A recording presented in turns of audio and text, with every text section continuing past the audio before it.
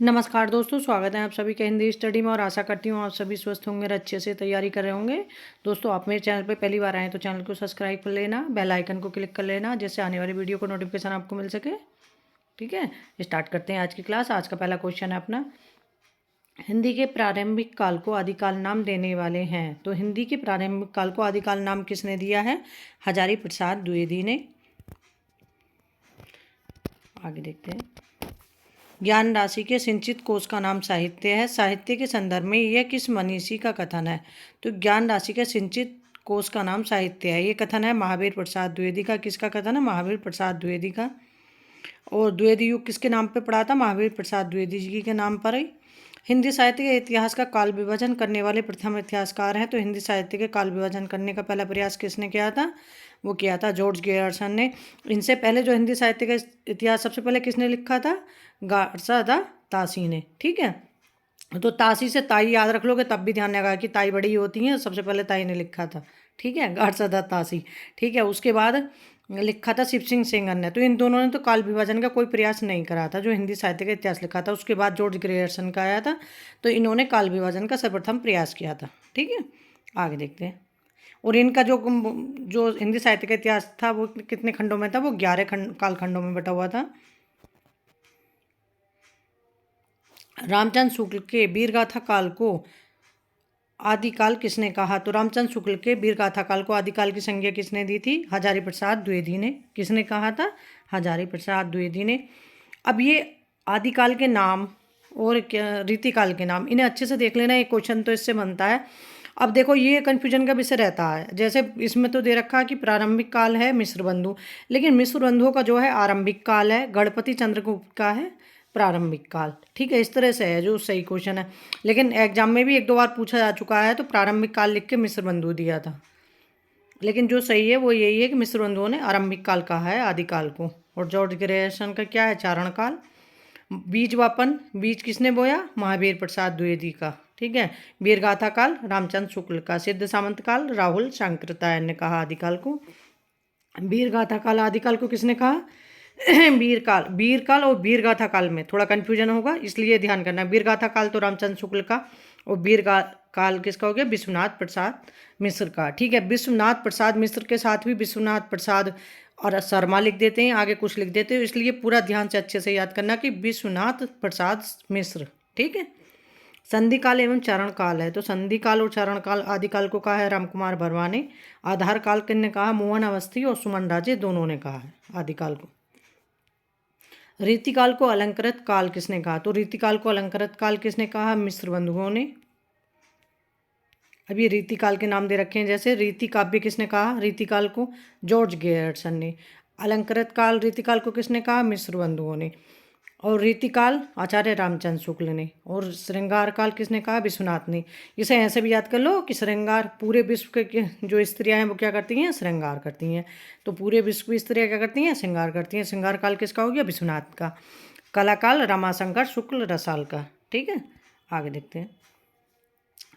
रामकुमार वर्मा ने हिंदी साहित्य का आरंभ कब से माना है? तो रामकुमार वर्मा ने हिंदी साहित्य का आरंभ कब से माना है? 693 ईस्वी से। अब इनका काल विभाजन ये है जो दे रखा, इसमें थोड़ा कटा हुआ, लेकिन अपने पास जो बुक होगी आपके पास जो उसमें अच्छे से देख लेना, क्योंकि काल विभाजन एक तो रामकुमार वर्मा का अभी तक पूछा गया है, मिस्र बंधुओं का पूछा गया कि विक्रम में है या संवत में बटा हुआ है, वो विक्रम संवत में है या ईस्वी में है, रामचंद्र शुक्ल जी का। और किसका? ज़्यादातर यही पूछे गए हैं अभी तक जो पूछे गए हैं। और जॉर्ज गेयर्सन का, क्योंकि उनका तो शायद नेट में भी क्वेश्चन पूछा गया था कि तुलसी का काव्य इस तरह से मतलब किसके काल विभाजन में है, ये देख लेना। आगे देखते हैं। पंडित विश्वनाथ प्रसाद मिश्र के मत से रीतिकाल का नाम श्रृंगार काल होना चाहिए, क्योंकि रीतिकाल नाम रखने से उनके विभाजन का मार्ग बंद हो जाता है, इसलिए रीतिकाल का नाम क्या? श्रृंगार काल रखना चाहिए। आगे देखते हैं। हिंदी साहित्य के इतिहास का काल विभाजन करते हुए आचार्य रामचंद्र शुक्ल ने प्रथम काल का नामकरण वीरगाथा काल किया। हजारी प्रसाद द्विवेदी ने इसका क्या नाम रखा? देखो, वही क्वेश्चन इस तरह से बदल के पूछ लिया, बस ये पता होना चाहिए कि हजारी प्रसाद द्विवेदी ने आदिकाल का नाम क्या रखा है, तो वो रखा है आदिकाल। हिंदी साहित्य 20वीं शताब्दी, हिंदी साहित्य 20वीं शताब्दी के रचयिता कौन है? नंदुलारे वाजपेयी। कविता कौमुदी के संग्रहकर्ता है, तो कविता कौमुदी किसकी रचना है? ये है रामनरेश त्रिपाठी की कविता कौमुदी। और कितने भागों में? 8 भागों में बटी हुई है। और इसमें कम से कम 15,000 से अधिक लोकगीतों का संग्रह है। और इनकी 3 रचनाएं और हैं। एक तो का मतलब फुटकर कविताओं का संग्रह है इनका मानसी, एक है मिलन, पथिक और स्वप्न, इनके काव्यखंड है। मिस्र बंधुओं में शामिल नहीं है, तो मिस्र बंधुओं में शामिल कौन नहीं है? केशव बिहारी, गणेश बिहारी, श्याम बिहारी, सुखदेव बिहारी। इस तरह से ये क्वेश्चन पूछा जाता है कि इनमें कौन शामिल नहीं है। कृष्ण बिहारी आ जाते हैं, कभी केशव बिहारी आ जाते हैं, इस तरह से। तो इन तीनों के नाम याद कर लेना कि मिस्र बंधुओं में कौन शामिल है। और कितने कवि हैं मिस्र बंधुओं में? 3 है। मिस्र बंधुओं के अनुसार हिंदी का प्रथम गद्य लेखक है, तो मिस्र बंधुओं के अनुसार जो हिंदी का प्रथम गद्य लेखक है वो है गोरखनाथ। हिंदी साहित्य के इतिहास ग्रंथ की रचना निम्नलिखित में से सबसे पहले किसने की? तो हिंदी साहित्य के इतिहास ग्रंथ की रचना निम्नलिखित में से सबसे पहले की है शिव सिंह सेंगर ने। हिंदी भाषा का जो इतिहास ग्रंथ लिखा था सबसे पहले शिव सिंह सेंगर ने 1883 ईस्वी में लिखा था। भारतीय साहित्य के मूल उपादानों का ऐतिहासिक विकास प्रस्तुत करने वाले प्रसिद्ध ग्रंथ संस्कृत के 4 अध्याय। संस्कृत के 4 अध्याय के लेखक कौन है? रामधारी सिंह दिनकर। शिव सिंह सरोज का रचना काल है, इसमें गलत दे रखे हैं 4 ऑप्शन। तो शिव सिंह सरोज का रचना काल कौन सा है? 1883 ईस्वी। निम्नलिखित में से किस रचनाकार ने अपना लेखन गद्य तक ही सीमित रखा? तो कौन से लेखक थे जिन्होंने अपना मतलब रचना केवल गद्य तक, काव्य नहीं लिखा, केवल गद्य लिखा? तो वो थे मुंशी प्रेमचंद। ठीक है, इन्होंने कहानी, उपन्यास ये सब लिखे हैं। उपन्यास सम्राट के नाम से भी किसे जाना जाता है? मुंशी प्रेमचंद को। अपभ्रंश को पुरानी हिंदी सर्वप्रथम किसने कहा? तो अपभ्रंश को पुरानी हिंदी सर्वप्रथम किसने कहा? चंदा शर्मा गुलेरी ने। रामचंद्र शुक्ल ने हिंदी साहित्य का आरंभ कब से माना है? तो रामचंद्र शुक्ल ने हिंदी साहित्य का आरंभ माना है 1050 से 1375 विक्रम संवत। और भक्ति काल का 1375 से 1700 विक्रम संवत। रीतिकाल का समय 1700 से 1900 विक्रम संवत। रीतिकाल का तो 2-3 बार रिपीट हो चुका है समय। गद्यकाल का समय है 1900 विक्रम संवत से 1984 विक्रम।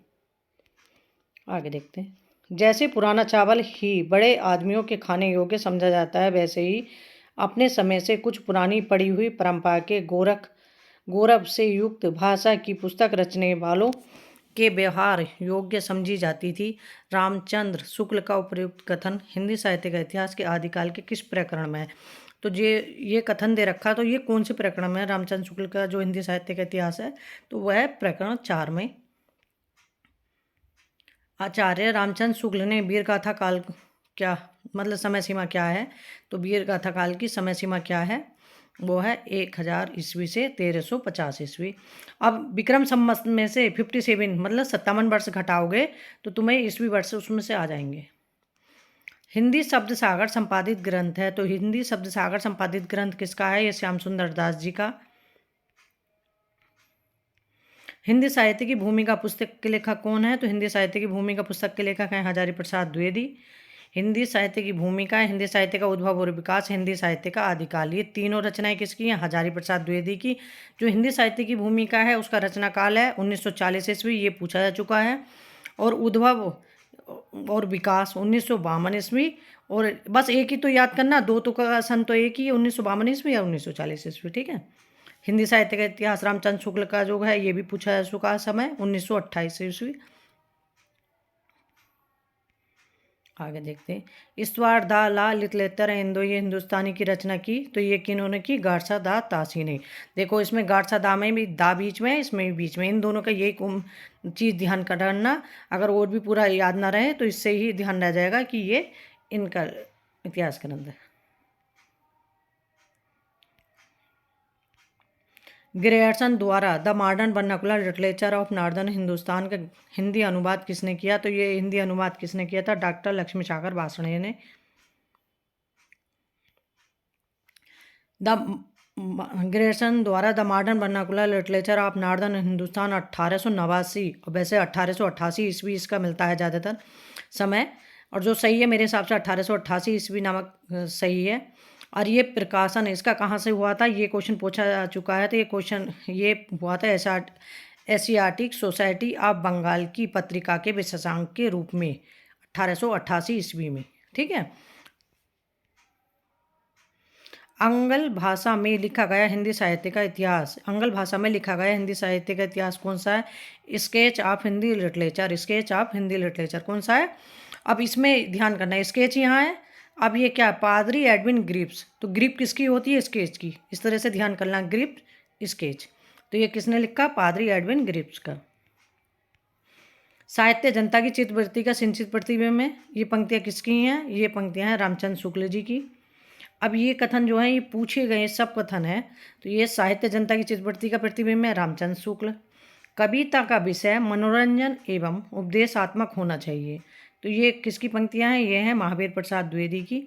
काव्य संसार के प्रति कवि की भाव प्रधान मानसिक प्रतिक्रियाओं की कल्पना के ढांचे में ढली हुई प्रेम रूपा भावोत्पादक अभिव्यक्ति है। ये कथन किसका है? बाबू गुलाब राय का। सबसे उत्तम कहानी वह होती है जिसका आधार किसी मनोवैज्ञानिक सत्य पर होता है। ये प्रेमचंद का कथन है, ये भी पूछा जा चुका है। हिंदी साहित्य के इतिहास को व्यवस्थित रूप देने का श्रेय किसको है? तो हिंदी साहित्य के इतिहास को व्यवस्थित रूप देने का श्रेय किसको है? रामचंद्र शुक्ल को। सबसे अच्छा इतिहास रामचंद्र शुक्ल जी का ही माना जाता है। भक्ति काल का नाम पूर्व मध्य काल किस आचार्य ने दिया है? तो भक्ति काल का नाम पूर्व मध्य काल किस आचार्य ने दिया? अब देखो, नंद दुलारे वाजपेयी ने तो यहाँ दिया नहीं ये नाम, ठीक है। अब यहाँ हजारी प्रसाद द्विवेदी दिया है, तो हजारी प्रसाद द्विवेदी लगाएंगे। अब यहाँ आचार्य पूछा है ना, ये लिख रहे आचार्य ने दिया है, तो आचार्य ये है ना, आचार्य तो नंद दुलारे वाजपेयी तो हम छोड़ देंगे। आचार्य हजारी प्रसाद द्विवेदी हैं जिन्होंने कि पूर्व मध्य काल दिया है, तो इसमें ऑप्शन यही सही माना। मिस्र बंधुओं ने परिवर्तन काल की समय सीमा निर्धारित की। तो मिस्र बंधुओं में जो परिवर्तन काल की समय सीमा निर्धारित की थी वो क्या की थी? 1890 विक्रम संवत से 1924 विक्रम संवत। ठीक है। अब इनके कितने कालखंडों में बटा हुआ है? 5 में बटा हुआ है। प्रारंभिक काल, माध्यमिक काल, अलंकृत काल, परिवर्तन काल और वर्तमान काल। अब इन्होंने परिवर्तन काल की समय सीमा पूछा और ज़्यादातर परिवर्तन काल की समय सीमा मतलब 1-2 बार रिपीट हुई हुई है एग्जाम में। अब इसमें यह है परिवर्तन काल और वर्तमान काल की, तो ये 1926 से आप मान ही सकते हो। लेकिन परिवर्तन काल की समय सीमा याद रखोगे ना तो ये क्वेश्चन आपके मतलब खराब नहीं होगा। ठीक है। हिंदी गोविंद रत्नमाला के लेखक हैं, तो हिंदी गोविंद रत्नमाला किसकी रचना है? श्याम सुंदर दास की रचना है। रूपक रहस्य है इनकी एक रचना, नाट्य साहित्य पर लिखी गई है जो इनकी। हिंदी शब्द अनुशासन के लेखक हैं, तो हिंदी शब्द अनुशासन के लेखक कौन है? किशोरी दास वाजपेयी है। और वो हिंदी शब्द अनुशासन किशोरी दास वाजपेयी और शब्द अनुशासन हेमचंद की रचना है। धीरेन्द्र वर्मा की रचना कौन सा? ब्रजभाषा व्याकरण। हिंदी का प्रथम व्याकरण लिखने वाले विद्वान है, तो हिंदी का प्रथम व्याकरण लिखने वाले विद्वान कौन है? जेसुआ केटलर हैं। ए हिस्ट्री ऑफ हिंदी लिटरेचर के लेखक हैं, तो ए हिस्ट्री ऑफ हिंदी लिटरेचर के लेखक हैं फ्रैंक ई के। आचार्य रामचंद्र शुक्ल ने